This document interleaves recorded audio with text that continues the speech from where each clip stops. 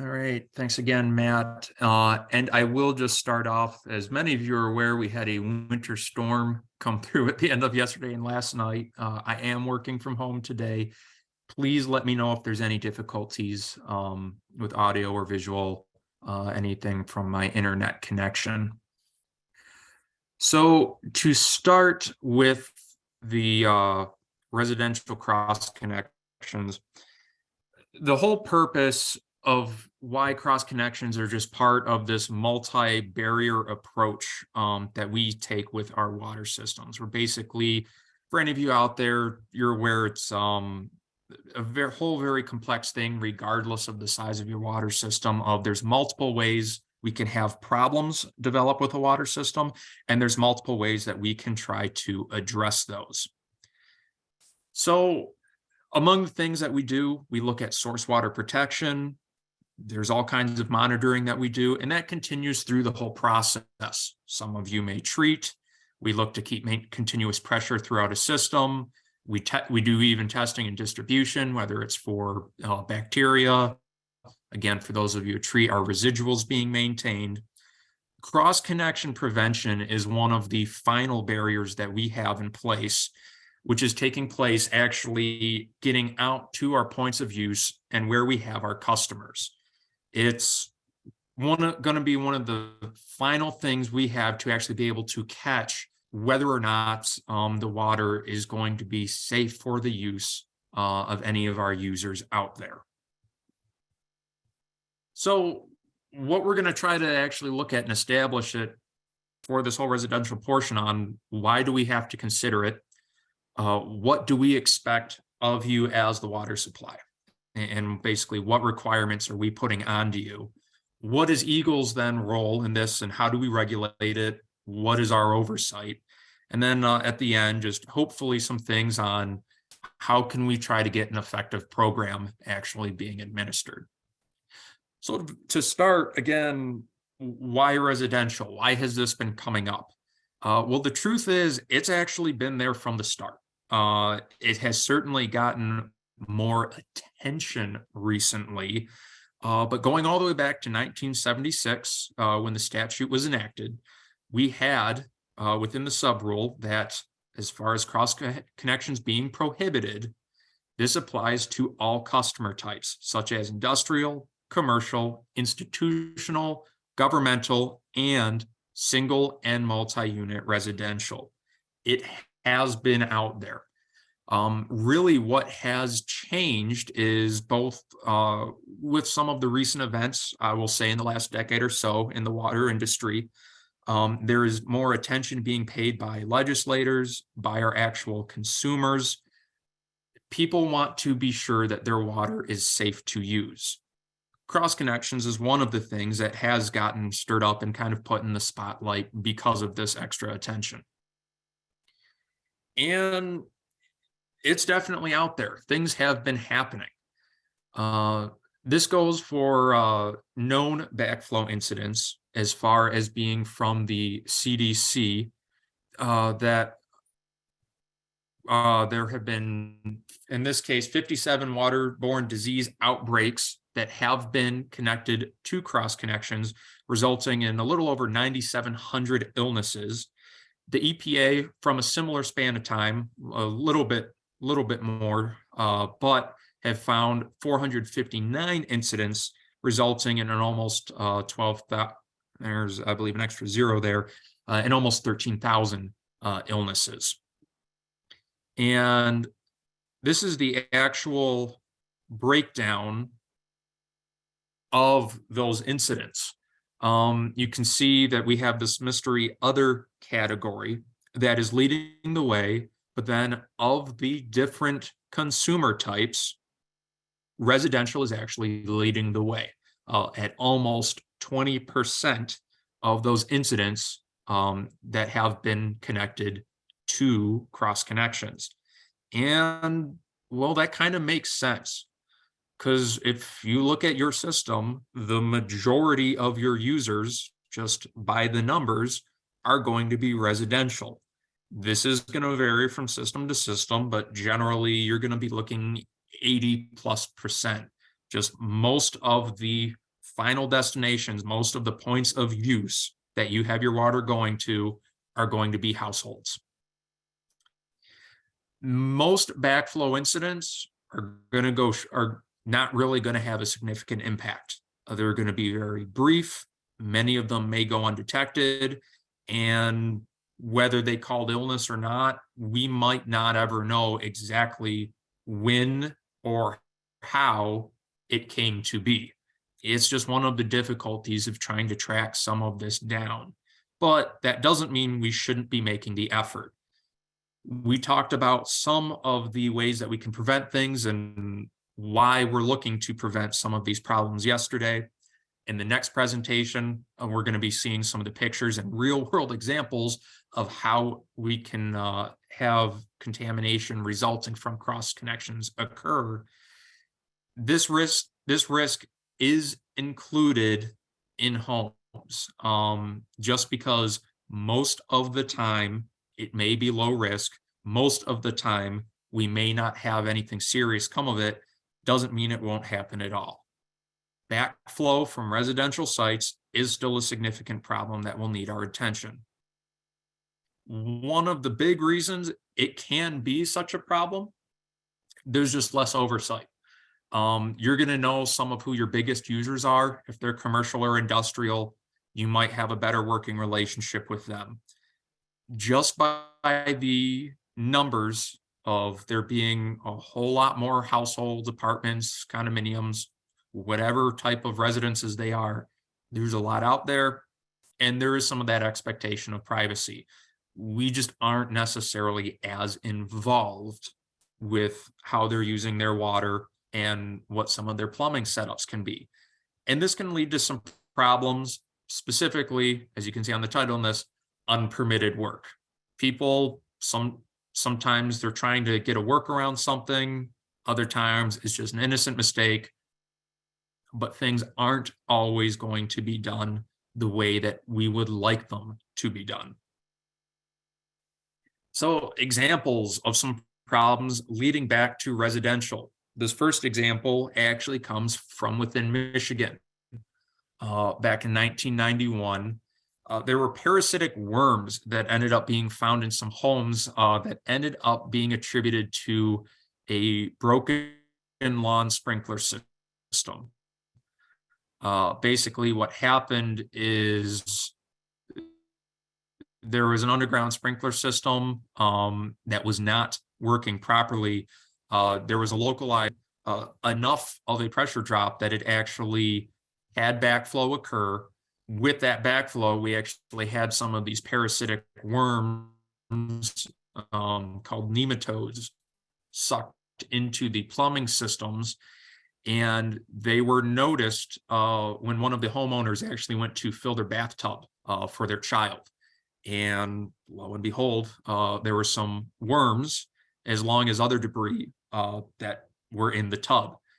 This just goes to show that even if it's just one or two households impacted, this is an example of that backflow leading to potentially very risky problems.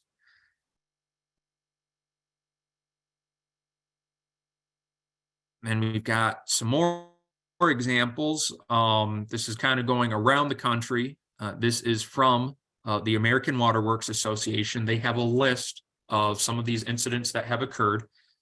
We've got at the top there out in Colorado, there was a family awarded almost $1 million in damages after raw sewage was introduced into their drinking water. In Idaho, there was a breakout of coliform that was discovered at a school. And again, going through some of these, we have, again, another faulty irrigation system that led to 13 families getting ill from Giardia. We have a private contractor who hooked up plumbing incorrectly to an unsafe source. Another one from Idaho, 80 residents getting sick over Memorial Day due to contaminated drinking water. And then in South Carolina, again, there was a homeowner who had their story about their water supply becoming contaminated from an irrigation system. Of the 20 case examples that they have in this AWWA manual, 8 of them are attributed to residential problems. That was about 40, that's 40% of the cases that they chose to discuss.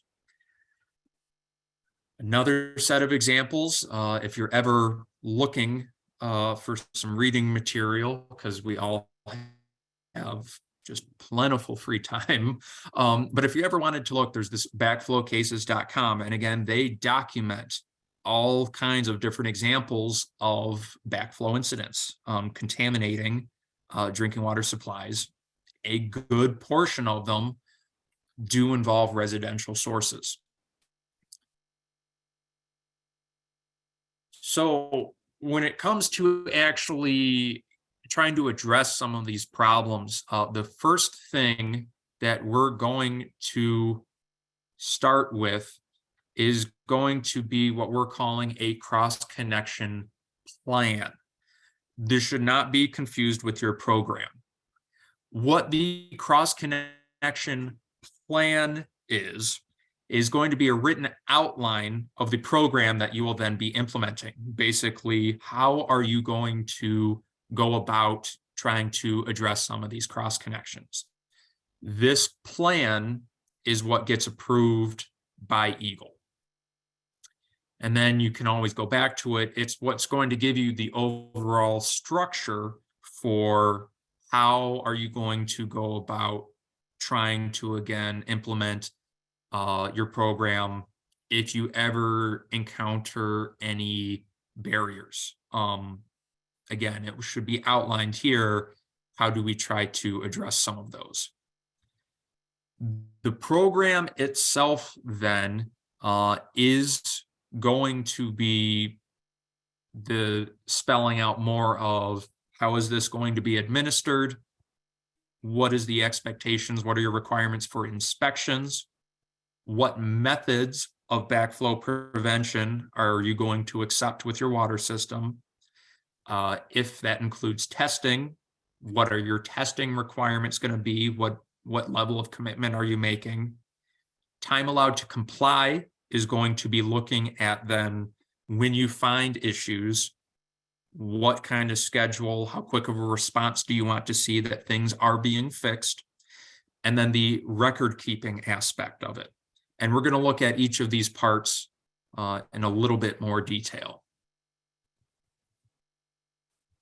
So for the administration of your cross-connection control program, we have an excerpt. It's basically, again, this is what we're looking for Act 399. What are you going to have to do? You should have a complete description of the method of administering the program, including, and this is one that, we need to make sure, the designation of who, whether it's a single person, single agency, or if you have multiple people, agencies involved, multiple people involved, who are the people that should actually be carrying out your cross-connection program. These can be internal staff. You may contract it out to people. It should be spelled out here. You should also have the authority for implementation of the program. If you recall back from our presentations yesterday, this is typically going to be some kind of ordinance, a bylaw, something of that, but it's what actually gives you the legal right to be implementing your program.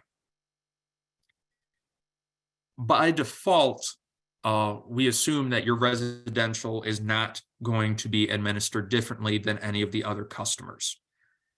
If you were going to have any, again, special cases, this is where things should be called out and specifically saying if there's a difference or if there's a unique way that you want to handle things, it should be defined here.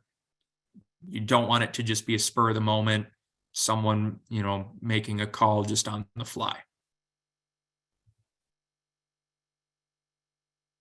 For your inspections, really what you want to spell out is going to be the difference between how you're going to accept external versus internal inspections. This is basically the difference between external. Are you just going to do it once around a house, know what you see, versus internal.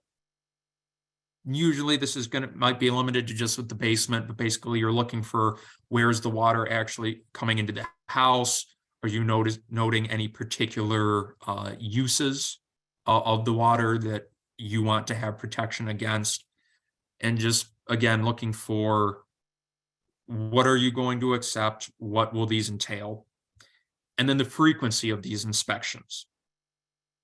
How often do you want to be coming back to properties when it comes to, say, a new development, whether it's a whole neighborhood, single home? How quickly do you expect to get out there to take a look at things? That should all be, again, in writing with your program. You should have inspection forms to cover whether if you are going to have just very brief preliminary visits, like, again, your external going once around, if you want more detailed forms to record things. I have also seen water systems they have an approach where maybe you want to call it a survey, but it's kind of a little postcard or pamphlet kind of thing that they will send out to users.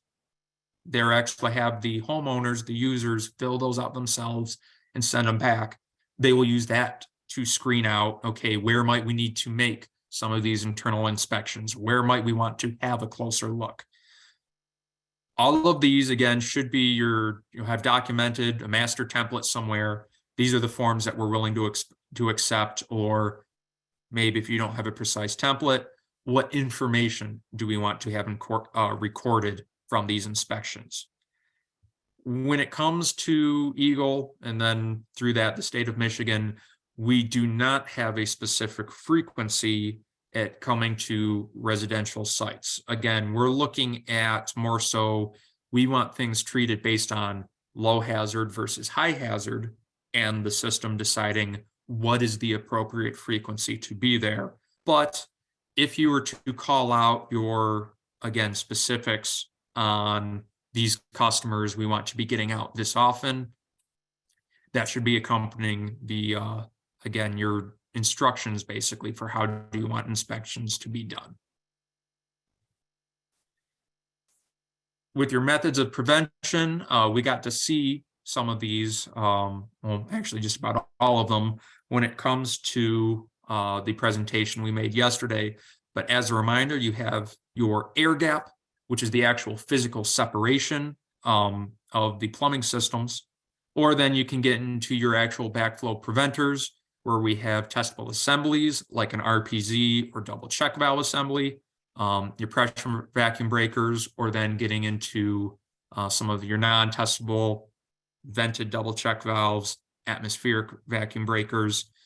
Basically, you will spell out how do you want things to be addressed. If you encounter this type of hazard, this is what we want to accept. Or just maybe you put a blanket statement out there, our minimum requirement is this kind of device or this kind of assembly. Again, when it comes to residential, by default, they should not be getting different treatment as far as how you're performing this backflow prevention. Either it's going to be a low hazard or high hazard, either you have back pressure or back siphonage risk. How you match your method of prevention should just be appropriate for the site. It shouldn't matter what customer class it is. When it comes to this testing, again, the testing frequencies, the backflow preventers aren't any different. The testing shouldn't be any different. You still want to make sure that it is qualified personnel who is performing the testing. Just because it's at a residence doesn't mean you should just accept if the homeowner's like, yeah, it still looks okay. You want to make sure it's actually properly tested and that that testing is going to be properly documented. Some of the challenges, because there can be so many of them out there, a lot of these come back to your irrigation systems, but you might have people who aren't qualified, or maybe they can put it in, but they don't have, like with this ASSE 5110, maybe not the certifications for it to be officially accepted for their results. People might not know that, or it might be misrepresented. You might have do-it-yourself projects. Again, these homeowners just deciding, I'll save a buck, I can do this myself.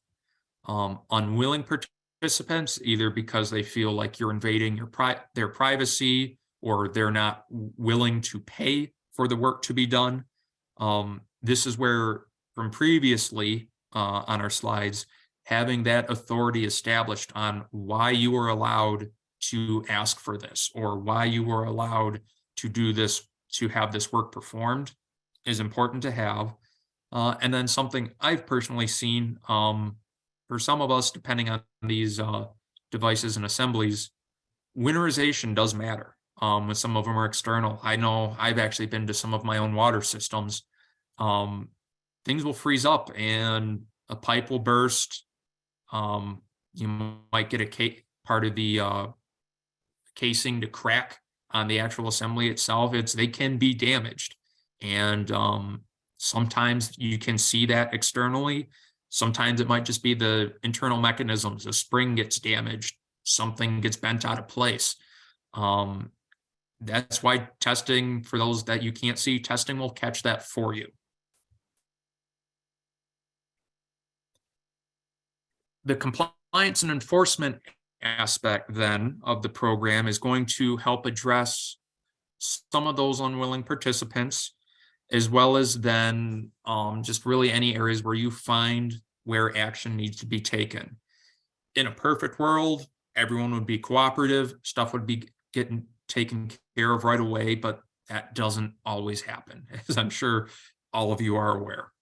When it comes to these unwilling participants, there's some people, again, it might be a financial issue.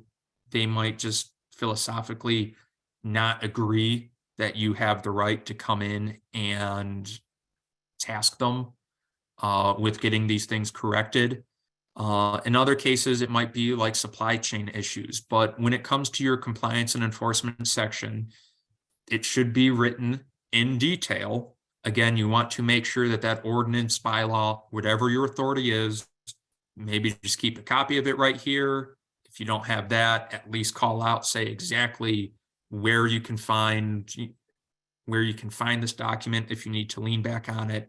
And basically, it's going to help address, again, your timelines, what is appropriate corrective action, how you're going to accept proof of something being handled, whether it's a follow-up visit, if you're going to accept, say, just a photo or receipt from the customers. And then for more so on the enforcement side, when things aren't being done either to the level of quality that you have required or with the timing that you required, how do you respond to that? Are you going to give them a chance of, say, send a reminder letter or two first? Are you going to potentially impose fines or some kind of fees onto those customers? Might you even take it as far as a shutoff? And these are things that are going to depend possibly on what level of risk is being presented. But what shouldn't be lost in all of this is that, again, just because it's at a private residence does not mean that the problem is not a public health risk. Going back to those examples we saw, it is very easy and does happen where just because a problem originating in a private home can impact a community at large. Maybe it's just their neighborhood, their immediate neighbors, maybe it's the entire block, maybe it even goes beyond that, but they aren't just posing a risk to themselves, and that is why we are involved. And then for your record keeping, there are challenges, again, being posed by the high number of accounts that you will have to be tracking this with. What you want to make sure is that you're able to stay organized. And again, earlier you'll have laid out what exactly you want to be accepting from your inspections, accepting from the testing, or from any corrective action, what you need to have. You may want to consider going digital. If you have the space, you can still use physical files. The most important thing is going to be, you know, where to find these records and that you're able to actually find a specific record that you're looking for. It's going to be important to be able to come back and find this information, because both for the actual operation of your water system to make sure it's safe, but then when it comes to your annual reporting to EGLE, we had that very quick exercise at the end of our presentation yesterday, as well as then planning for your future program needs. What more testing is going to be coming up? What inspections are you going to have to try to schedule? All of that, you want to make sure that you have this information readily available. So I had mentioned, with one of the reasons this has really come up and become a topic of interest recently, is both the public spotlight, but then from a regulatory standpoint, EGLE has had some changes to how we do our work that has also paid a little bit more attention when it comes to cross connections. And what you're looking at here on this side is, a few years ago, we updated our sanitary survey process to where before it had really been this kind of report looking packet where we were doing a bunch of fill in the blanks, trying to record information down, to where we transitioned to this checklist style, this different format, with the hope of being more consistent across all of our districts, and as well as trying to be thorough on the information we were trying to collect. Depending on the answers we get, we might cite recommendations, deficiencies, or significant deficiencies. And what we've seen happen is we did have a jump. It was partway through 2018 where we first started rolling out some of these checklists, a jump in the number of citations that we had regarding cross connections. You can see where for several years prior, we were hovering around 20, I'll call it, to then in our some of our recent years, once the checklist came out, we about tripled that number. We've been somewhere around 60 of these citations per year. And it's really just going to be attributed to where we have just trying to be more thorough, trying to be more consistent, and we're making sure that we're looking on these. What this doesn't break down is for the deficiencies, is it that we're just not performing our cross-connection prevention work? Do we just have incomplete or missing records for some of that?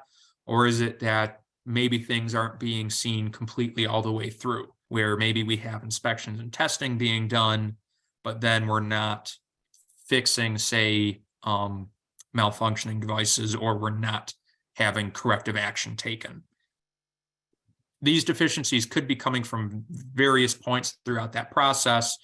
This is just the lump sum total that there are issues we're looking to get corrected. And again, some of the questions that we have been asking are going to be things like, are all account classes being addressed? And this includes residential, and residential has really been one of the sticking points. Are inspections being done across all of these account classes? And then is testing being done across all of these account classes? When we're looking for this term adequate coming up, is basically we want to be seeing, is a real effort being put forth by the water system? Are we seeing problems being fixed? One of the things I had mentioned when we looked at that annual reporting exercise yesterday, we're not expecting things to be perfect every single year. There will be, unexpected surprises that come up within your system. Just the workload is going to shift from year to year, whether it's stuff the water system's trying to accomplish. You've got varying levels of manpower, whatever the reasons are. We're just, again, looking for, is the system following through? Are they doing what they can to help address the cross-connection risk in their water system? And then these questions being asked, they're the same across all of the water systems that we regulate in the state. So this could be, say, a condo association of 12.5 units. This could be a city of 300,000. They're going to be asked the same questions. It's just a different scale of what are we expecting to actually have evidence of being done. But it's the same general responsibilities of, are you taking care of these different parts of the program? So then just a reminder of what we have with backflow. It's we went over all of this yesterday, but again, it's just when we have this, in this case, a picture of our house, an example of water of basically an unknown quality or something where we can have a contaminant or pollutant introduced coming back to our public water system. It's not the normal circumstance of we're delivering water to our customer.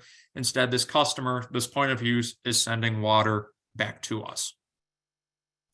And again, there can be health risks posed by it. Maybe it's just aesthetics, but it's really all in all not a situation that we want to have taking place. And examples of maybe from some of these residential sites we can see is we had the example of what we're calling bugs. We had the nematodes from the one case study. It can be general bacteria, sewage. If they've got irrigation systems, you might have like fertilizers or herbicides, any cleaning chemicals or antifreeze, a whole bunch of different things used at these sites. One example of one such risk is just going to be a hose bib. And if someone leaves a hose connected on it, it's a relatively simple fix. Having the hose bib vacuum breaker placed on it, it will break the siphon occurring. You won't have the flow getting sucked all the way back into the plumbing and potentially sent to your system. But if you find this, that still counts as a cross connection that you found. And if this vacuum breaker is placed on it, you fixed it. It still counts towards your tally. We're protecting the water system. One of the things to consider for some of the places where they've got the vacuum breaker is it's not, sometimes it's not just as simple as I put something on it there, it's over with. You want to make sure, do you have a potential freezing concern that could damage that vacuum breaker? Are we going to have tampering concerns? Sometimes you might come back to a place and you might find where that vacuum breaker that was put on there might now have been removed. We might also have things downstream, like a valve or sometimes these nozzles that you can put on to help put down fertilizer or some of these other chemicals. These have another valve that can then put pressure going back on that vacuum breaker, which, depending on the style, might actually prevent it from functioning properly now. So those are all things that are going to have to be looked at. Another common residential risk is going to be lawn irrigation. So again, here we see a pressure vacuum breaker installed. This is typically how we want to see it being installed, but just like anything else, we want to make sure, is this being tested? Was it even installed properly in the first place? And again, some of those things we had discussed, this should always be vertical. We want to make sure it's got at least that 12-inch above the highest point of use out in the irrigation system. So say if it's a really large irrigation system, if they have it going up any kind of hill, or some people will do like those, tiers or maybe a decorative wall that they have something going up, that all has to be considered in, will this pressure vacuum breaker be able to function properly? And then these are one of the ones that often have winterizing considerations, where I've seen it, they're left over the winter, maybe they weren't drained, and if they freeze up, some of the pipe might get damaged, valves might get damaged, or the spring itself might get locked up or might get knocked loose. All of these are things that can lead it to where it is no longer functioning properly and is not protecting your water system.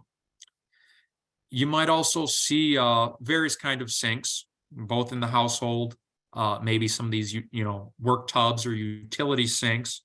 These are all ones kind of similar to the hose bibs, where we want to make sure on either an air gap, or then if they do have a vacuum breaker put on it, is able to function properly. You don't know what they might have been using some of these sinks for. So again, we want to make sure either with the flood rim and air gap, is that being maintained properly, or for some styles, there will be a vacuum breaker right on the sink. One of the things you really want to double check on is for these ones that have a extendable hose or a sprayer, or where other people have maybe added an attachment onto it, is that going to change how the protection that was in place is functioning? For example, one of these extendable faucets, if they leave it extended and it's now down in the sink, well, now if there was an air gap in place, that's not going to function for you anymore. Scott had also spent a little bit of time yesterday talking about with toilets. We're not necessarily saying that you have to check every single toilet in your community, but it is one thing to keep in mind, particularly with maybe older homes that might have older toilets in. Just over time, if the settings on these have been changed, so you're not getting the separation you're supposed to have, or maybe it didn't have one of these anti-siphon devices in it. This is just stuff to think about when you're going about having inspections done, or when you're asking homeowners just, what potentially they might be in the house. And some of the other general risks we won't focus on with this presentation is you might have in-home treatment taking place, often in the shape of softeners. Other places might have additional filters or things there. There's water-assisted sump pumps. They might have a boiler within the property, pools or jacuzzis, as well as then some household appliances. There is overlap within the Act 399 administrative rules and the that recognizes the Michigan Plumbing Code, and basically that, again, the requirements from that plumbing code needs to be met too. So that's potentially another resource, another tool that you can make use of if you're trying to get things fixed, or you have people objecting to it, where it's now not just us coming from the Safe Drinking Water Act and not just the cross connection program that you have developed for your water system, but also this plumbing code that is saying this is how things need to be done, or that they can't, or that you can't have certain things on the potable water. So just to be aware of that is out there. And in general, in addition to, we've got the plumbing code, again, we've got the Safe Drinking Water Act. It's part 14 that is specific to cross connections. You'll have from the EPA has their cross connection manual, the American Water Works Association, they have a cross connection manual. We have our own rules manual, which is very much due for an update. We're aware of that, and it's one of the things on our schedule, but that you can make use of. ASSE has their guidelines. All of these are going to have more information for you to make use of. I know at least with our rules manual, it has some templates and stuff included of it that you might be able to make use of, or examples of different things that you might see. These are all things out there that you can either use to help both develop your cross connection program from the start, as well as then as you're actually trying to use your program, you're actually out there doing the work. Again, this is all information you can make use of. There's other things to consider if you want to look at them as kind of partners in cross connection and backflow interest and protection. Obviously, both because they can prevent a risk, but then also we can head things off with them if we do things properly and are coordinated. You've got fire suppression, irrigation, and then really these kind of chemical dispensing cleaning industries. If done improperly, yes, they can be problems for your system. If we can get everything right from the start, we don't have to worry necessarily about that same level of risk, or we can feel more comfortable and more confident that we are addressing things before they ever become a problem. And then some of the common vendors that we'll see as far as these backflow preventers, some of the other cross-connection prevention services, you have Watts, Fedco, Zurn, Apollo. I know there's probably quite a few more out there. Just like you can purchase products from them, you might be able to just ask them a quick, like, hey, we've encountered this. How are we supposed to fix this? How are we supposed to address this? Again, these are all people, we all are in the interest of trying to protect our water quality and make sure that the drinking water is safe. And that's really, if you want, we're using the word sales pitch, if that's how you want to view it, but that's really the angle we want to take when it's coming to try to address some of these problems, is that this really is, it's to protect people's health, both the actual customer at the property, we're seeing a problem, you're also trying to protect their neighbors. It really is just in the interest of public health is why we're doing this. That's, why you're out there. It's why you would like them to cooperate with you, why these inspections are being done, why it's important that testing is done properly. It is in their interest to try to see this all done correctly. And then also when it comes to potentially backflow events occurring, or if they've got, leaks, problems with faulty plumbing, they're going to be going through more water. Depending on the billing system that's set up, that could be costing them more just right there.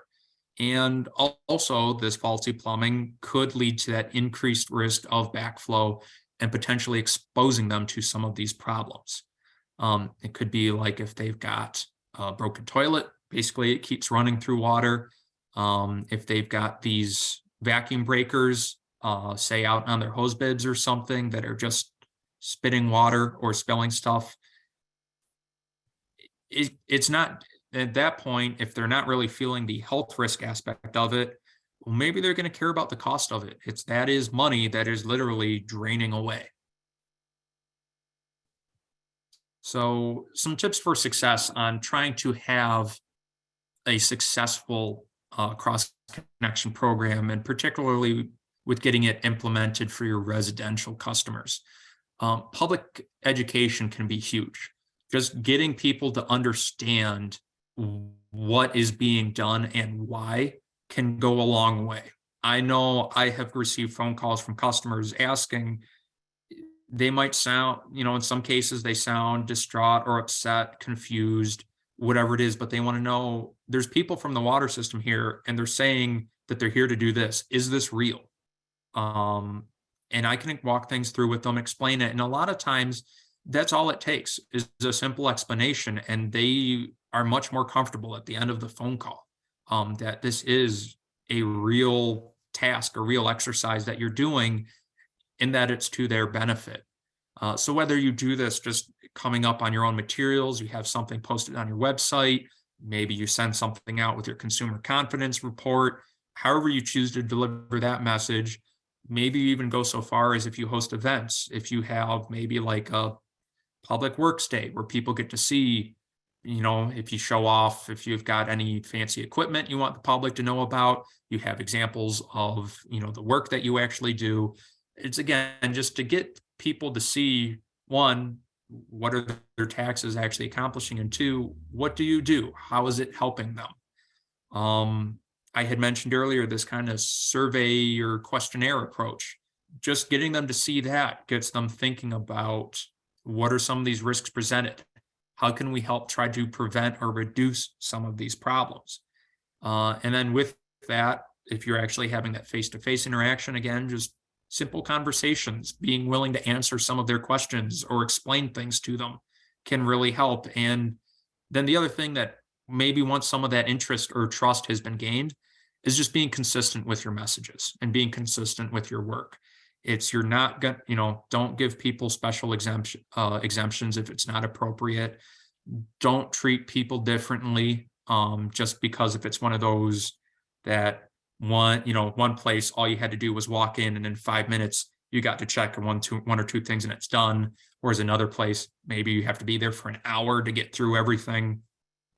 Just being consistent with all of it can help keep some of that trust once it's been gained.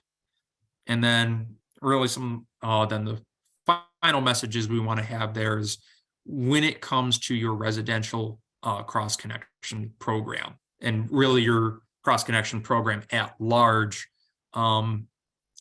is it covering all of your counts, including residential? And then has that been submitted to EGLE for review and approval?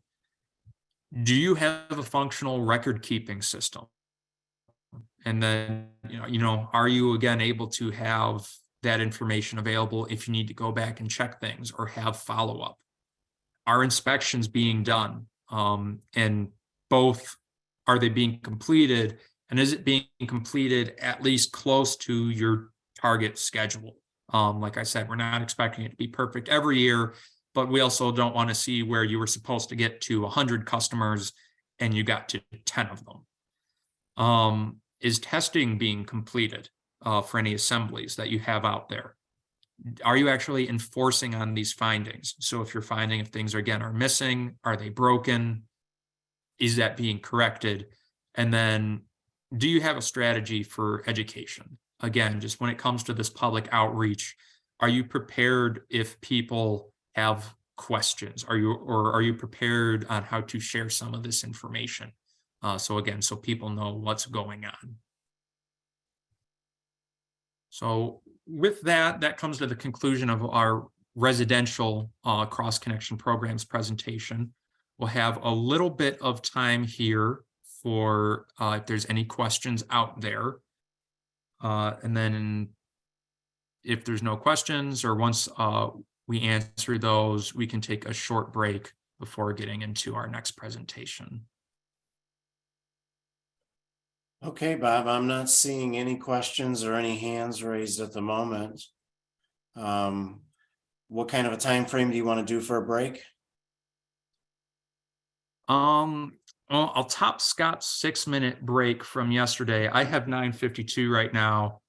I'm gonna go ahead. It feels like a lucky number. Let's do a 13-minute break. We'll come back at 10:05 and get started because I want to make sure we can get through all the examples in our common hazards and facilities presentation. Okay, a 13-minute we'll plan break. to come back All at right. 10:05.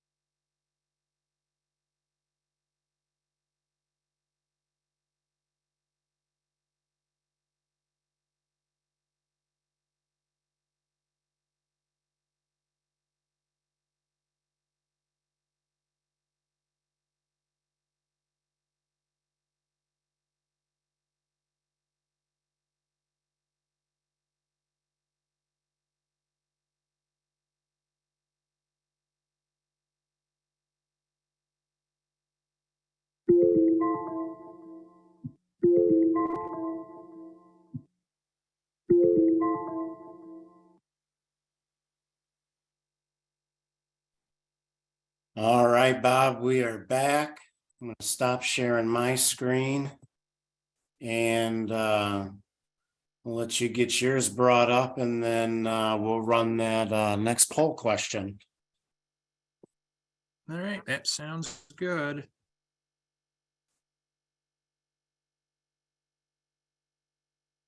Let's get back to, here we are.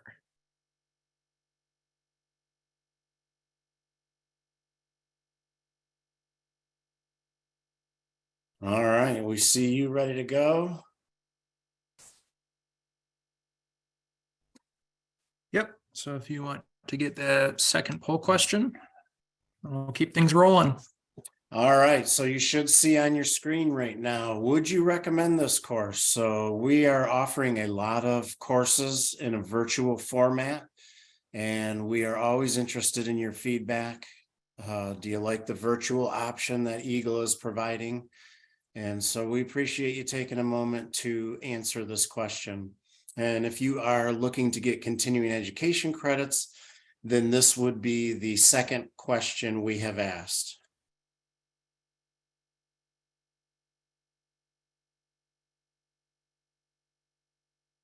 So 87%, I'll let this run a little bit longer.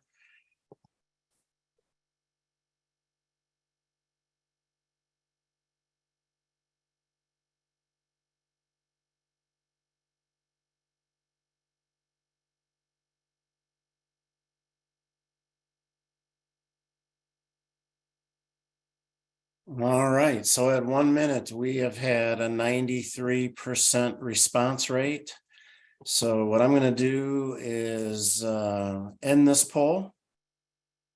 And then we'll turn it over to you, Bob. And Bob, just to give you the numbers on this. We've got 120 people that like this format and 2 people that don't.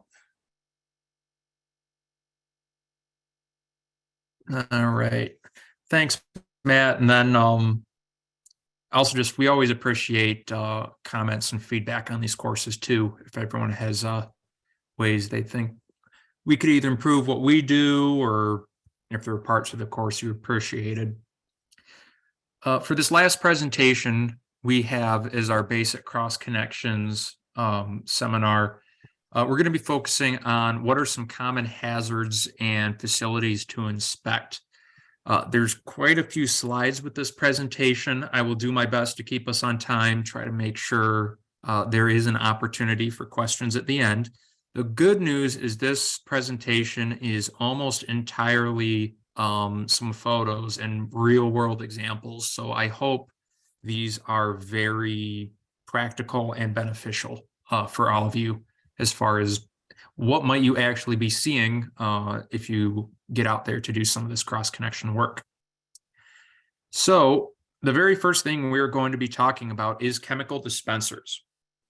We had touched on these a little bit yesterday, and we wanted to give these really their whole own little group in this presentation, because there's a lot of these out there and you can see them in a lot of different places. So in this case, and you'll see them in the next several slides, but the chemical dispenser is this kind of tan looking box. It's got all the different colored stickers sitting up above the sink here.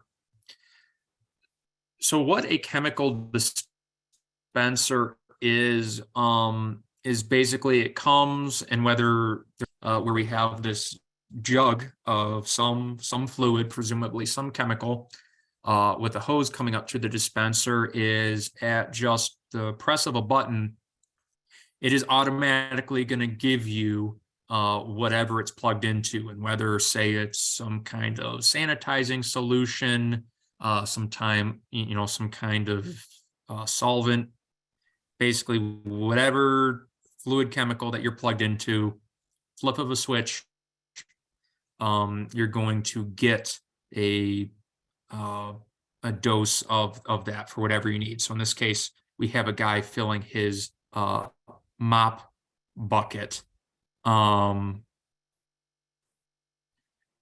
There's a bunch of different kinds of dispensers out there, a few different brands, and a lot of times these are things that are going to be installed after most of the construction's done, and really after we might have people on site. So these are really things that need to be looked at when we have again, this cross connection personnel coming back to the properties. There are two types of approved dispensers when it comes to backflow prevention. They should be labeled on the outside with the sticker that will either say ASSE 1055A or ASSE 1055B. And what the difference is that an A dispenser is going to have a dedicated water supply that basically terminates with something that isn't going to be a hose thread. One of those spigots that you can, basically screw things on or off. 1055B is generally going to be connected to a janitor sink faucet, and it's going to have some kind of, there's a few different names for them. You'll see a wasting tee, pressure bleeding device, flow diverter. Basically, it's just something that keeps pressure from building up within the hose line. So this is an actual cutaway of one of those chemical dispensers. Basically, we've taken its plastic shell off. And the way that they're designed is you've got your water supply coming in this case, the gray hose.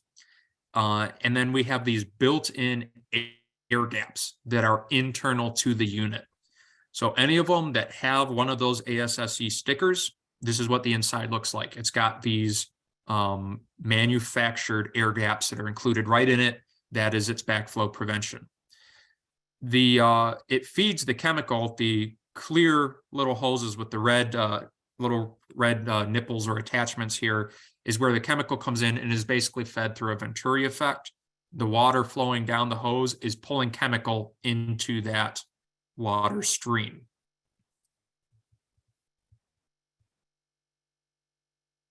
So this is an example of an actual, if you want to think like a janitor's closet or something like that, where we have the dispenser is from this one black hose that's coming down and connected to the faucet. So it's sitting up above where we have our sink here. And in this case, we're calling it a sidekick valve, but it's what we've got this hose screwed into on the side. And then you see there's still this kind of plastic attachment sticking down below it. That's what's basically going to allow this to discharge water without building pressure back up the hose line. And actually, this sink itself has an atmospheric vacuum breaker included on it. So we've actually should have a certified chemical dispenser up above it. We have an atmospheric vacuum breaker here. There is one problem with the setup. If anyone caught it, or you're reading the labels on this picture, is if you look, there are actually two hose bibs. The one's kind of blocked by the larger faucet, but then if you look to the left, you see one, it's got a red handle on it, that are installed upstream of the atmospheric vacuum breaker. Well, that's a problem, because now for those specific hose bibs and wherever we have those hoses going, I have now basically bypassed our backflow prevention. So in this case, the chemical dispenser setup is correct, but those hose bibs are not in the right place with regards to that vacuum breaker. So this is another one of those chemical dispensers, again, being cut away, just showing you that in general, they might look a little different when you open them up, but their setups are very similar. Again, we have an approved built-in air gap that is part of the dispenser. And then actually on the left side of this slide, then there's a picture of, again, you shouldn't have to open these up when you're checking them. If they're an approved device, they should have some kind of sticker or stamp right on their side. So at a glance, you should be able to take a look at these and have an idea, is this good or not? Is it acceptable? If it's missing that marking, you may need to open it up then to check, does it have these air gaps? Does everything look like it's set up? But most of the time, it will not be that complicated.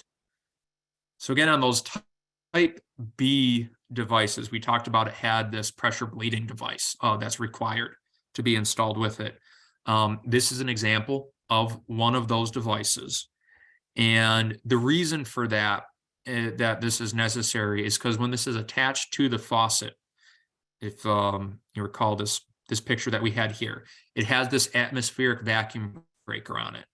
Normally, this cannot have a valve downstream of it. So you need this bleed through device to prevent that, basically to avoid having that problem of a valve that is shutting things off and creating that back pressure. So again, you'd have your chemical dispenser hose would be coming in on the side here, and then this bleed through is for the benefit of the vacuum breaker. So again, that's what we're actually seeing here, is one of these wasting tees that has been installed on one of these faucets. And now in this case, we actually have a splitter with two different hoses coming in. But again, this wasting tee is protecting the vacuum breaker that's installed with the faucet. So we've gotten examples of, again, some more chemical dispensers here. This one is actually in a kitchen at a fast food restaurant. So again, these are all over the place. In this case, we're looking at a hose that is connected into the sink here. It does not need a wasting tee because there is not an atmospheric vacuum breaker included here, and there's not a threaded faucet that we could actually be attaching things to. So at least in this picture, we don't see the atmospheric vacuum breaker, but because it does not have that threaded hose bib or a threaded faucet, they cannot be attaching valves downstream of it. So that's why things are okay. If it had that threaded connection, that's where we would have to specifically look for that 1055B. And then this is just the picture on the side. Again, where in this one, it actually has open sides on it. So again, you can just peek in and see the air gaps that are included with it. On this setup, again, this looks like this is at a actual wastewater treatment plant. In this case, we've got our chemical dispenser up above. Again, it's tapped into the splitter that's off the hose. And in this case, we actually have an issue with that splitter because we have all of this connected and we currently don't have a wasting tee that is included with this. So this little mushroom looking thing, again, on the faucet, that's the atmospheric vacuum breaker. It is not going to work correctly in this case because we now have these valves downstream and we're putting continuous pressure back against that vacuum breaker. If you recall the atmospheric one, that was just a little float or plug mounted in there, didn't have a spring or anything to backload it. So if it gets back pressure against it, it's just getting pushed out of the way.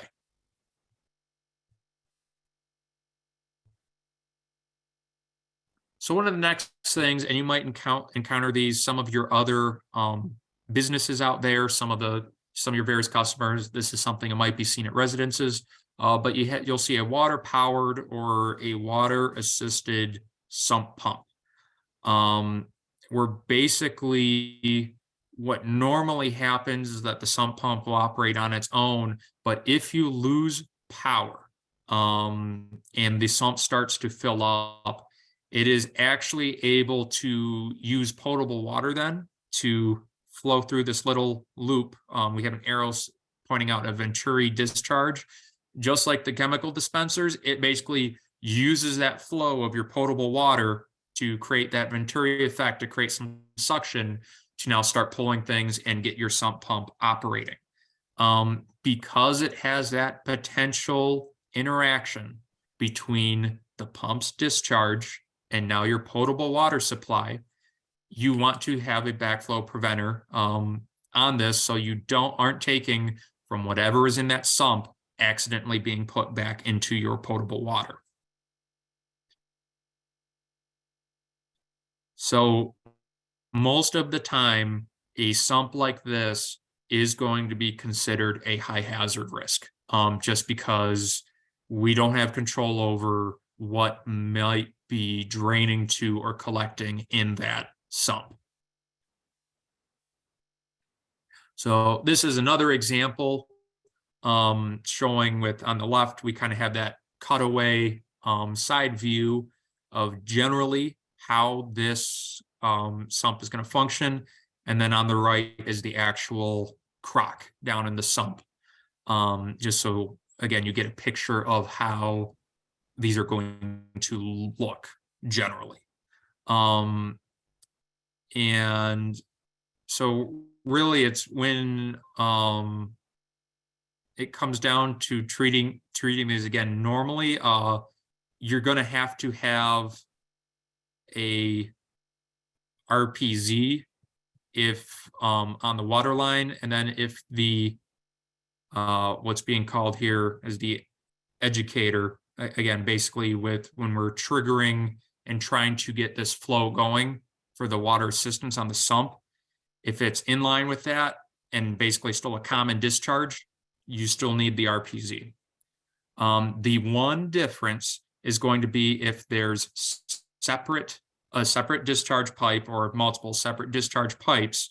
So basically the potable water is going to get the sump going, but never is actually connected to or exposed to the sump's discharge line, when it's actually going to start emptying out of the sump. In that case, you can have a PVB.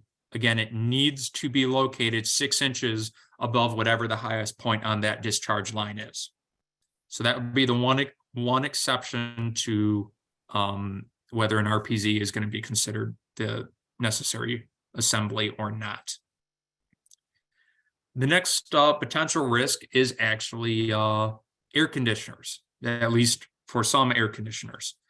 Depending on the models, there are going to be some that have water flowing through them, kind of acting as a heat exchanger for how the unit functions. We have examples of heat exchangers on the next slide. With the design, the protection between your actual flow of water, and then again with this heat exchanger, it's okay if it's only a single wall protection, as long as there is non-toxic transfer fluid or you have a high hazard backflow preventer in place. Some of these units might have a double wall protection that includes leak detection to let them know if that interior wall has failed. That is also acceptable. Anything that is using these exchangers, so like your air conditioners, cooling towers, drinking fountains, ice machines, water-cooled engines, things like that, these are all possible risks for this heat exchanger setup.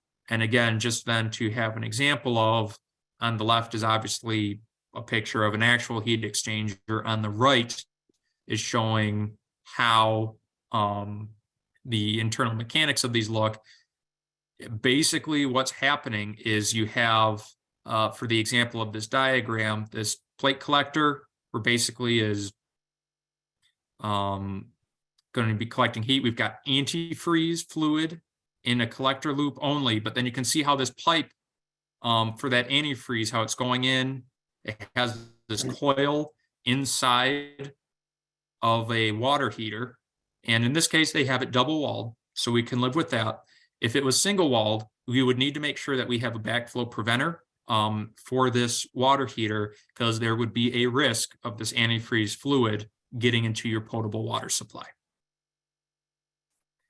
The picture on the left is actually from an ice maker, and this one is actually using an air gap, and then they have this plate to help hold the potable water line, filling this up in place, so that if this were to, for some reason, overfill, it's going to spill out of this basin and make a mess. It won't actually get back into the plumbing.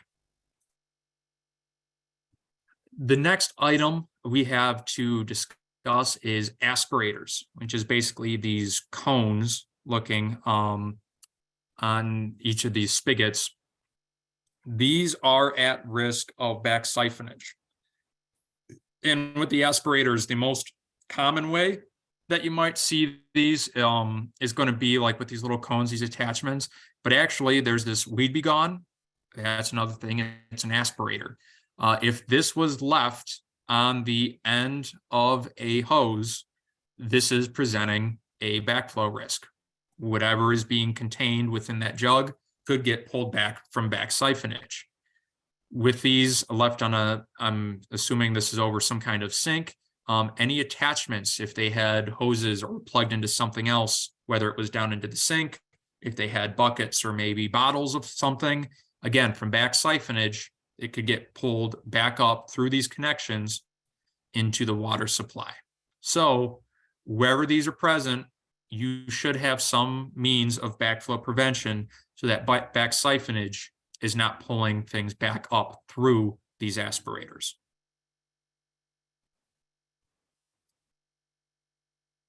In this case, there's an auxiliary water supply, and this is specifically talking about the example of private wells. This is where they're going to have, they might, whether you call it auxiliary, secondary, backup, there's basically a different water system, a different source that is interconnected with our public water supply. This can be a problem, whether if there's back pressure, if whatever they have for that source from a pump or whatever's providing the water might potentially overpressurize or exceed what our public water system has and is going to push water into our public water system, or if it just might be a questionable source. It's not going to be subject to the same monitoring that we do with our public system. It might not be receiving the same kinds of treatment. There could be various different things that cause problems. Either way, this is water of a quality that we do not want to have getting back into our public water system.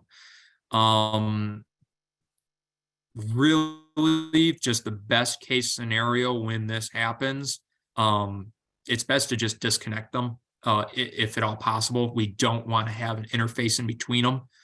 In this case, what we have shown here is actually two physically disconnected systems.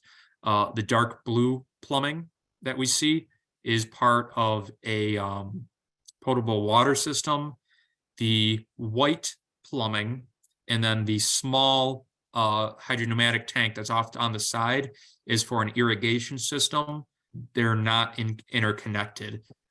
If there was to be an interconnection, again, you're looking at an RPZ. Just you don't want to take any risks with it. But again, the best course of action is just to keep these entirely physically separate. So this is always a fun one to bring up because a lot of people might not think of these ones. But bait shops and pet stores are another potential cross-connection risk. Because if it comes down to looking at it, if they've got aquariums, if they've got their bait tanks on stuff, that water needs to come from somewhere. And if they're one of your customers, it's coming from your public water supply. So in this case, we're looking at the left, we can see it's at a bait shop. They've got a bunch of stuff under the counter here that's basically, they've got two tubs that they've been keeping minnows in. And then we've got an overhead shot looking down into that tub. Now, if anyone has a guess at what the issue is here.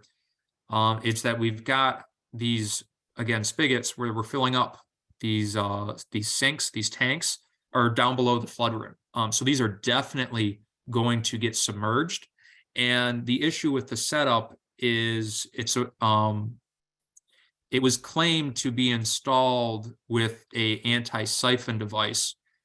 The problem is that this anti-siphon device is located down below the flood rim. So this is basically an improper installation. When this is filled up, if it gets over the spigots, it is basically at risk of a backflow event occurring. And in this specific case, being with the that they're keeping bait here, it's basically we're keeping animals.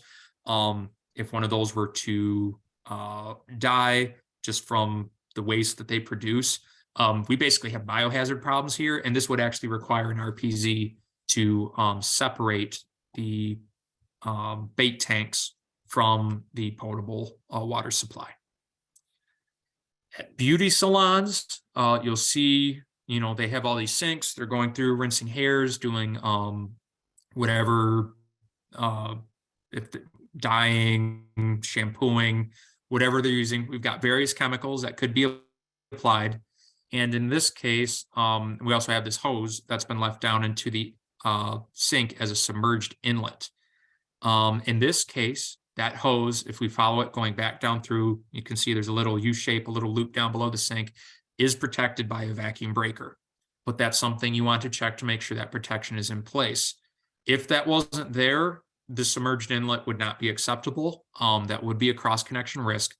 And in this case, the flood rim, again, is the top of this sink, which we can't assume that this little dip in the sink's rim where they let people, you can lean back and rest your head on it. We can't assume that that's what sets the flood rim. Boilers were one of the problems, or one of the potential sources of cross-connection issues that we had mentioned in our presentations yesterday. As a reminder, you can come across both treated boilers and untreated boilers. When it's treated, it does require an RPZ. We're facing potential for back pressure to be occurring when we've had this chemical being added to it. We don't want to take any chances. Untreated is going to have to either be a double check valve assembly or the RPZ. Again, just because now maybe we don't have that same chemical risk, but we are still facing the potential for back pressure. In this case, on these pictures on the left was the protection that was in place. Might be a little difficult to see, but on that lower line, there's a little support rod coming up to it. We have a Watts backflow preventer. Basically, it's a vented double check valve. The issue with that is that that would only be acceptable with a untreated boiler. Well, as it turns out, in that same room, they found this barrel that might be a little difficult to read, but under that BSP2, it says right on the label, boiler treatment. That really doesn't leave a whole lot of room for doubt. So that's where, when you're at some of these cases, you need to look for context clues sometimes. In this case, just at a glance on the left, you might think, oh, this double check valve might be appropriate if you think it's just a untreated boiler. But then with looking around, doing some investigation, we found signs that treatment might actually be occurring. That double check valve is not going to be acceptable. In a similar example, again, just you can look around and explore a little bit. We've got a boiler room. We see the unit is in the middle here. Well, if we peek around, whether you're just wanting to know, oh, well, what's that on the wall? Or if you're following some of this plumbing around, there's you might find in this case, it's a very clear chemical application point. It's basically, they've got the funnel. That's where they're going to be pouring in like their anti-scaling or whatever other treatment they're adding into the water. You really don't have any room for doubt here. That's a treated boiler process. Booster pumps, again, these are going to be causing problems where, depending on how they're set or if they start to malfunction, they can cause, again, back pressure issues, where we're going to be raising the pressure at our customer sites. And if that isn't being checked properly, this could actually be pushing water back out into our public water system. So this is one of those things, and in this case, whether it's someone might have done it themselves at home, it might be at a business somewhere.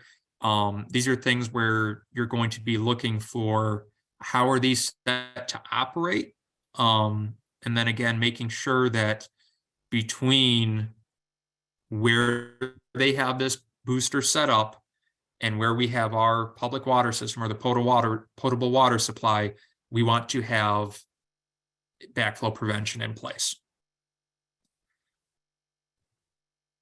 One of the ones, in terms of the complexity or the amount of things that we're going to have to protect against, that's kind of towards the top of the list, is going to be car washes.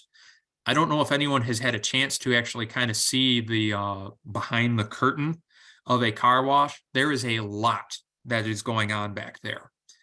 A lot of times there is a whole variety of chemicals that you're going to be seeing being applied, various soaps, rinses, drying agents, waxes, polishes, things like that. As well as then they might need pumping systems to get the pressures that they need for some of the different machinery, whether it's the nozzles, various sprays, to actually work properly. So this is an example from back behind a car wash. We actually have a few pictures here of, we've got, again, some of those chemical dispensers that is going to be feeding from these drums. These are presumably some of the different, again, soaps or drying agents that they're using, but are then setting them up through the treatment system. Looking at these car washes, you can have whole galleries of these treatment pumps and everything. So these are one of the ones where you're really going to have to make the call. Do you try to prevent every point of use, or do you maybe walk things back a little bit? And is there just a point where you've got some common plumbing that goes to all of these, where maybe we can just drop in a single RPZ and basically just contain all these different treatment processes? Again, that's going to be a decision that you make as a water system, as the supplier, and you might have some discussion with this property owner to decide what is everyone most comfortable with, what's going to be your most practical way to protect this business. You also have the potential, they might have a bunch of these utility sinks and stuff too.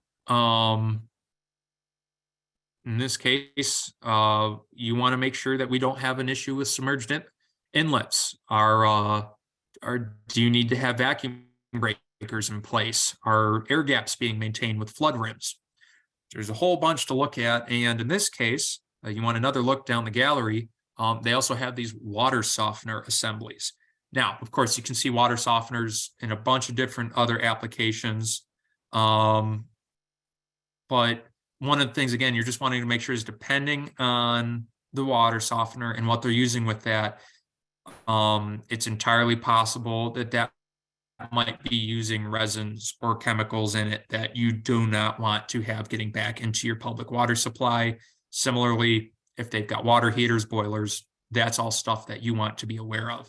So as we can see from this picture, there's a lot going on with this car wash. Between, we have, again, our chemical dispensers with all these, tubs or barrels of chemical below them. We were seeing where we had the sinks. We wanted to worry about submerged inlets. We've got some water softening taking place. So what they ended up doing with this property, and the decision you'll have to make, is they just put RPZs right there with the service line coming into the business. So,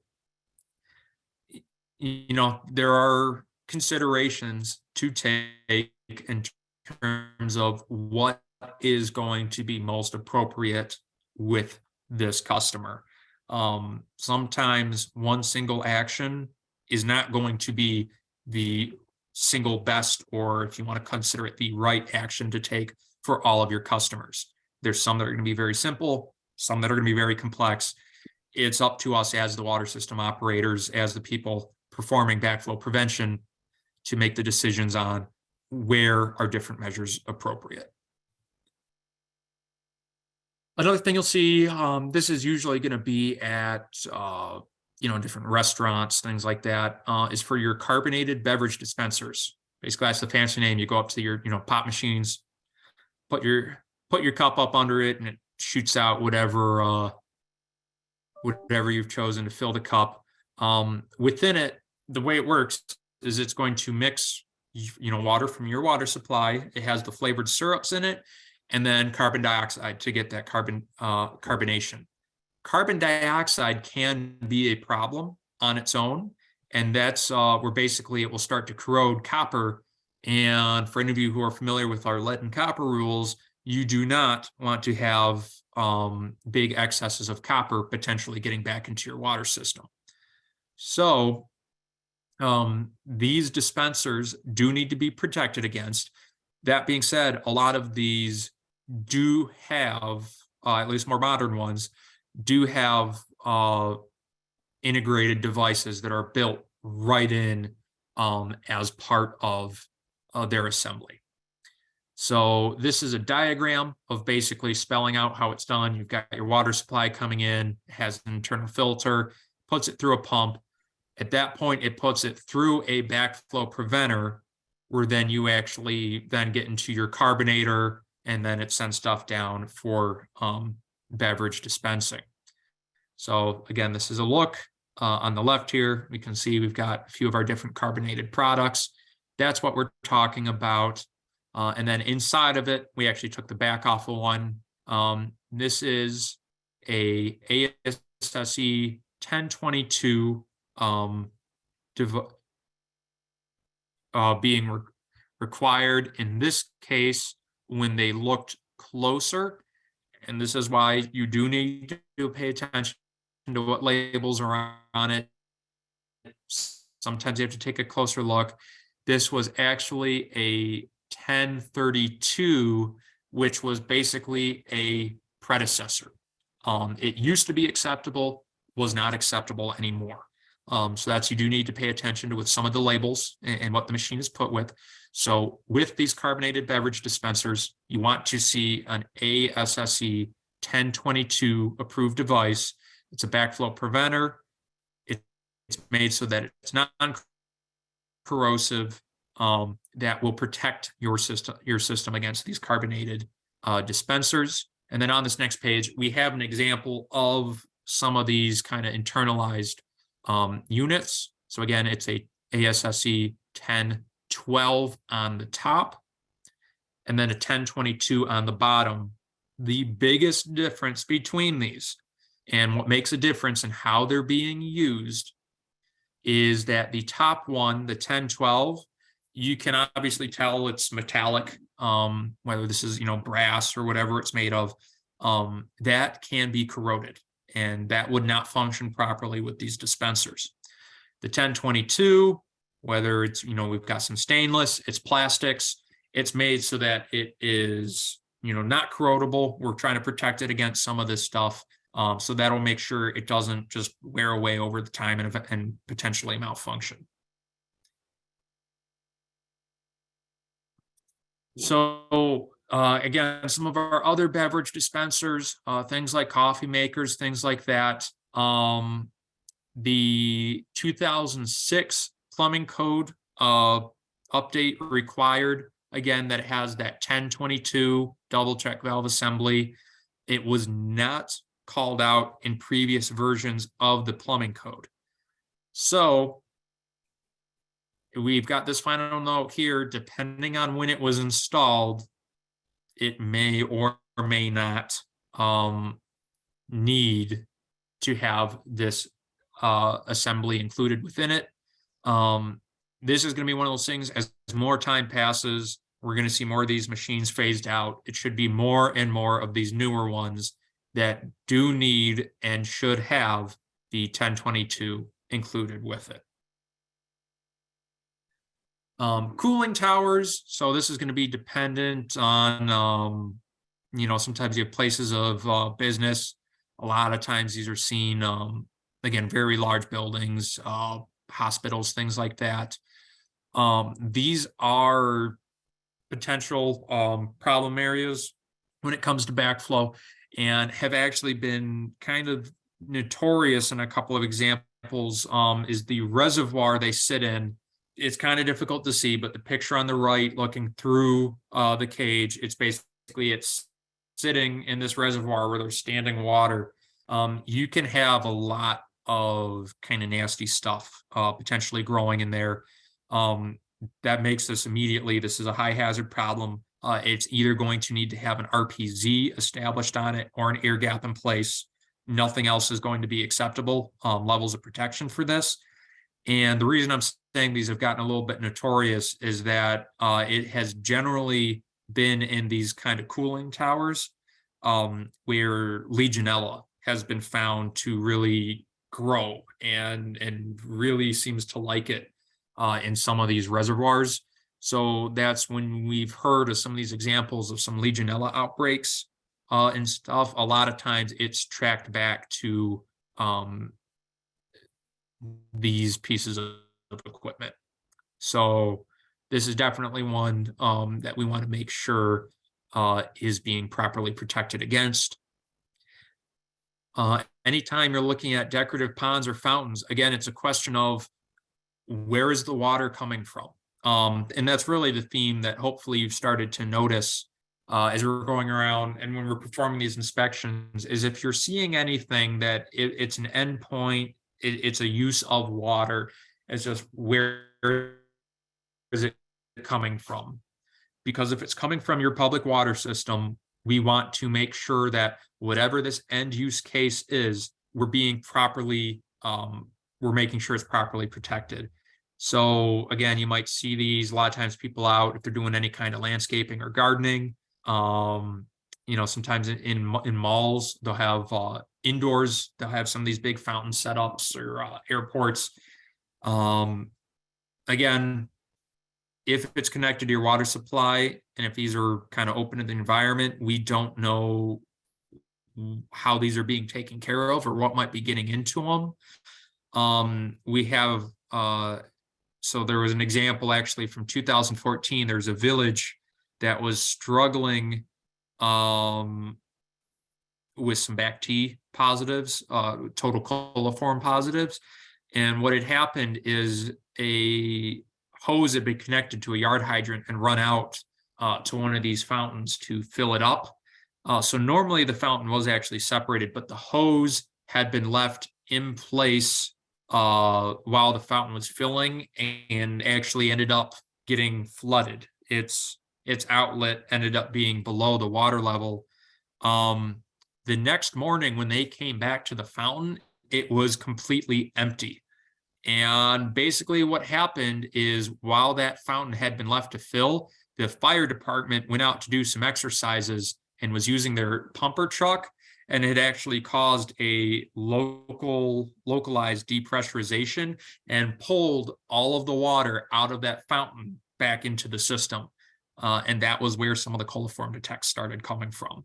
So, some of those, you think, it's like, wow, it would be a 1 in a million chance. It would really take some pretty odd or unique circumstances for this to happen. Well, they do happen sometimes. And that's what we're trying to protect against. Fire suppression systems have been one of the pretty common examples that we've been bringing up in our previous discussions.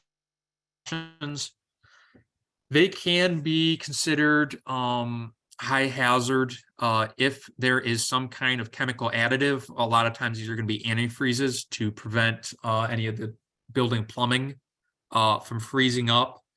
You may also want to consider them high hazard if they have these exterior pump connections, and if you know that your fire department either uses additives or potentially draws from surface water.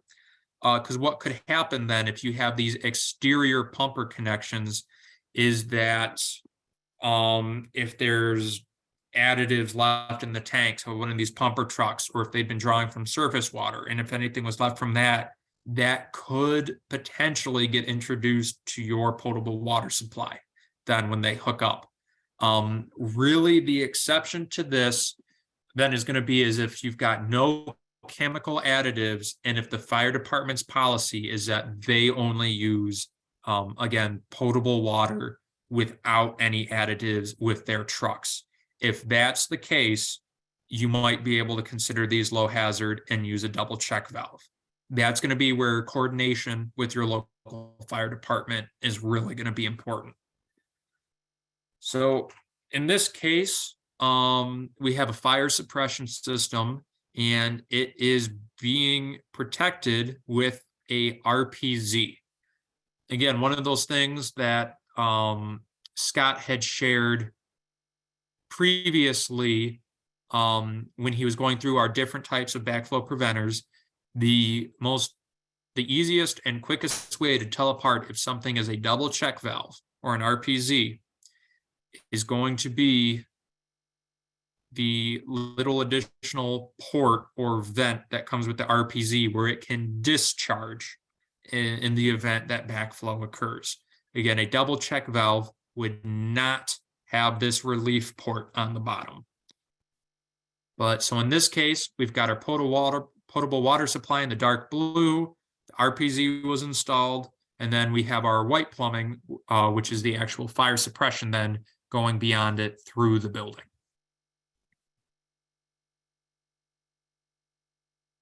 So from that picture, though, there was one issue that we found with the RPZ setup, and it's what we've got centered in this picture right here. Normally, you would expect to see some of these additional attachments on with the, the RPZ or testable assemblies. There are test ports. What happened here is someone actually took one of those test ports and they swapped it out for a hose bib. The reason that's a problem is now if someone is using it like a hose bib and connecting to it, we are now basically introducing a new opportunity for a cross connection to occur. And now we've removed one of the test ports, so we can't be checking to see if this RPZ is functioning correctly. So again, these are the kind of things that you can catch, and why it's important to physically get out there and look at some of these places. So in this case, we have a double check valve that is being used with the fire system. Again, we can look at that real quick. There's no relief port with it. This, again, is an acceptable setup to protect a fire suppression system if the local fire department does not use additives and they only use potable water when filling their trucks. If any of that changes, or if there any of that is in doubt, there should be an RPZ that's put in place. So here we have another fire suppression system. And again, we've got the whole assembly here. You can see how it's splitting out and around. And then in this case, it looks like there may be an external hookup just outside the building here. And then we've got an assembly helping to separate some of that. One of the things you're going to want to double check is just where is the assembly going to be in relation to where we have other plumbing split off. In this case, it's difficult to tell from the picture, but there's a potable water line, and we need to see, depending on where that's plumbed, where the fire suppression is plumbed from, are things actually being protected with where the backflow preventer is. This is another fire suppression system, and the issue with this one is that this fire suppression system only has a single check valve on it, which is not a recognized backflow preventer. There were a lot of systems, fire suppression systems, that were installed like this, just because that's how previous versions of the plumbing code, it's what they called for and it's what they allowed. These are things that should be getting updated and replaced as opportunities come up when they're making any improvements or adjustments to the fire suppression system. When that time comes about, this should be either a double check valve or an RPZ that gets installed in its place. What you need to double check is to make sure with that new backflow preventer going in, hydraulically, is that still going to be functional with the fire suppression system? If you have too much of a pressure drop or pressure loss that occurs with the new backflow preventer going in, the fire suppression system might not work as intended. We have talked about lawn irrigation systems. Again, another one we've hit on a lot. These are typically going to be considered high hazard, just for the possibility of, again, fertilizers, herbicides, insecticides, things like that being added, as well as then just like on this picture on the right, we'll circle it. That's a sprinkler head sitting at the bottom of a puddle. Depending on what runoff is occurring, if there might be like animal waste or anything that's getting drained down to here, that's all stuff that could get sucked back into the lawn irrigation system. So again, when it comes to backflow prevention, cross connection control, when in doubt, you always want to play things on the safe side. Let's go ahead, put in the more protective measure. We had talked about with some of the hose bibs, there's a few different things that can all get placed on it. These are all things that can be added onto one of these hose bibs that may not have appropriate measures of protection. They all basically function in similar ways. They're all just going to be a atmospheric vacuum breaker. They just, as you can tell, they're just either, you know, mounted or integrated in a couple of different spots. Again, with all of these being atmospheric vacuum breakers, they should not have any downstream valves. They cannot be subject to continuous pressure. So that's stuff when it comes to maybe explaining to the homeowner or business owner, wherever maybe these need to be added on, that putting one of these on, and then if you leave a hose connected on it with like a again a splitter further down, or one of your spray nozzles or something, that is potentially defeating the purpose and might make these malfunction. Fire hydrants are a source that a lot of times people will overlook when it comes to considering if they're protected with cross connections.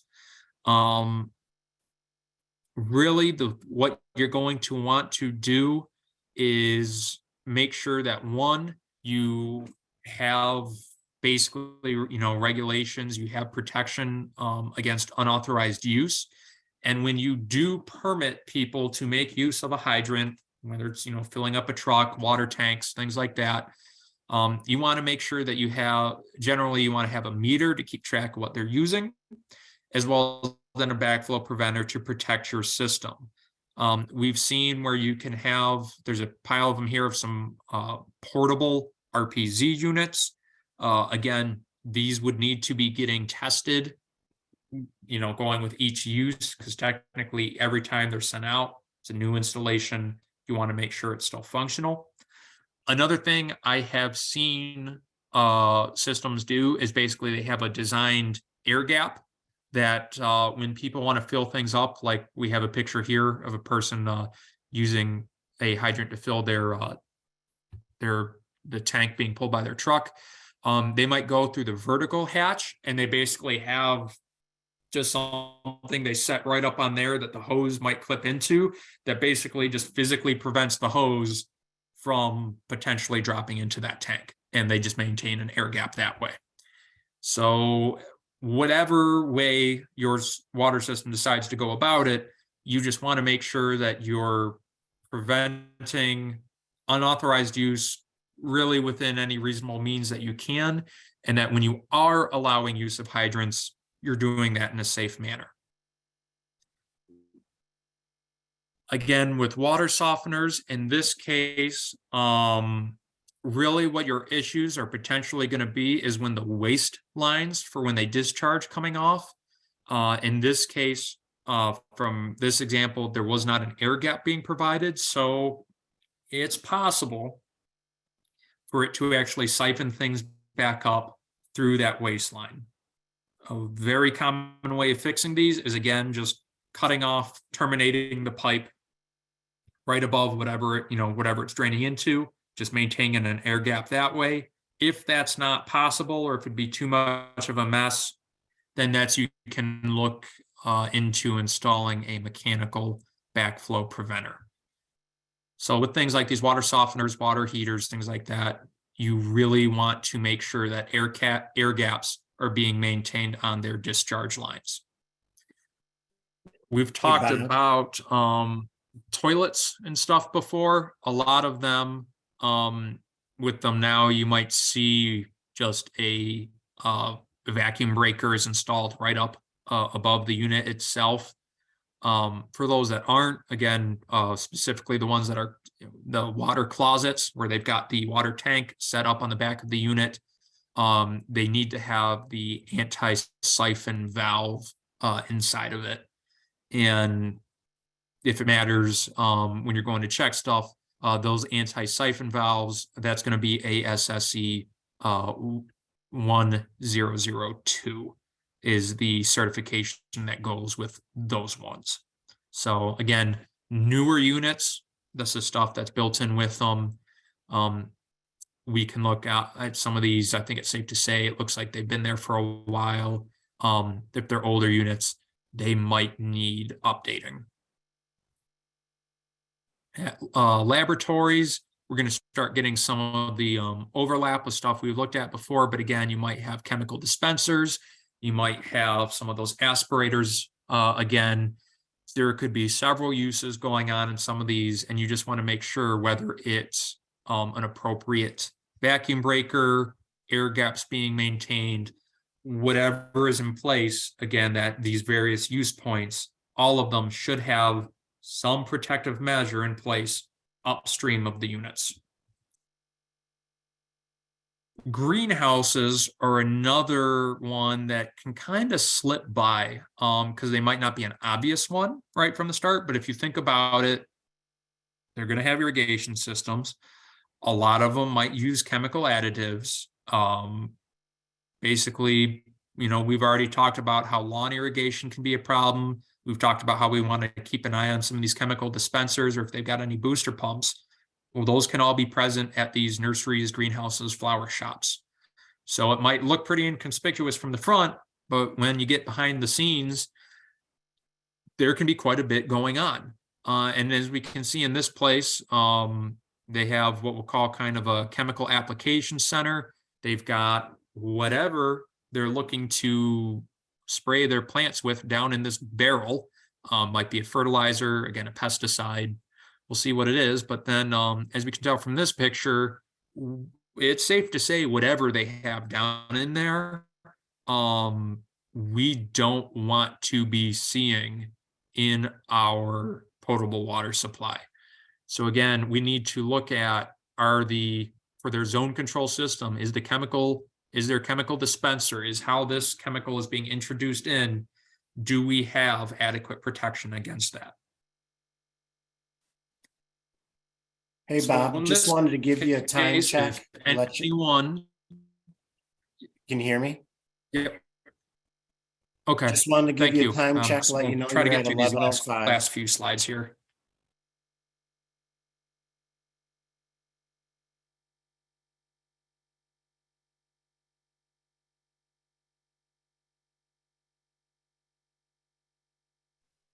Can you still hear me?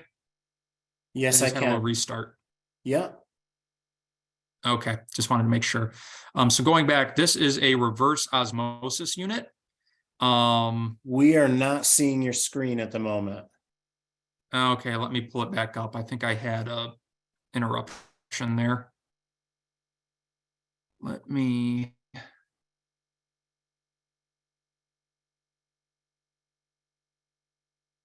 I pull don't know if this. you heard me, but I was just giving you a Yeah, time check at 11:05. yeah. No, I heard your time check, and then I think my Okay, system had a hiccup. sure. So, all right. Hopefully, you should see my see some You of are this in again. design mode, so I'll let you know when we see it in okay, presentation mode. You're on slide 51. All right. Sorry for that little interruption, everyone. We're back where we need to be. So these aren't always aren't as common out there, but this is a reverse osmosis system, which is basically a very, very high-end filter. Um, these are going to require an RPZ installed with them because their waste streams and the products that they have that they can generate can be some very concentrated and very undesirable stuff. So just when you see some of these RO units being installed, they should have, again, an RPZ upstream of them so that we don't get anything being collected or then rejected by this RO system, potentially getting back to your potable water supply. Marinas are going to be places, generally you can have fish cleaning stations, boat washing stations. You got people rinsing out sometimes the water tanks on the boats. Again, that's all stuff where we don't know what that water quality is, or we don't want, or obviously they're using water that's coming from somewhere, and if it's from your system, we don't want to be getting any of those byproducts back into that, or run the risk of accidentally intermixing if they had made use of any basically untreated surface water previously. We don't want to accidentally introduce that into our systems. So you're going to see a couple examples here. Again, fish cleaning station. There's a wash station by the docks. Again, a couple more filling station or washing stations. These are all things to keep an eye out around some of the marinas and dockyards. Medical buildings. Everything they're doing, a lot of the things they use, again, aspirators, a lot of the equipment might need water cooling or uses water as part of the process. A lot of dental equipment, they'll have, like, again, the little water, water jets or things like that. Those are all points of potential cross connection that could occur. And a lot of times these offices get very complicated because they have a lot of this equipment present. These are ones where sometimes containment is a recommended course of action, just because it's simpler to have a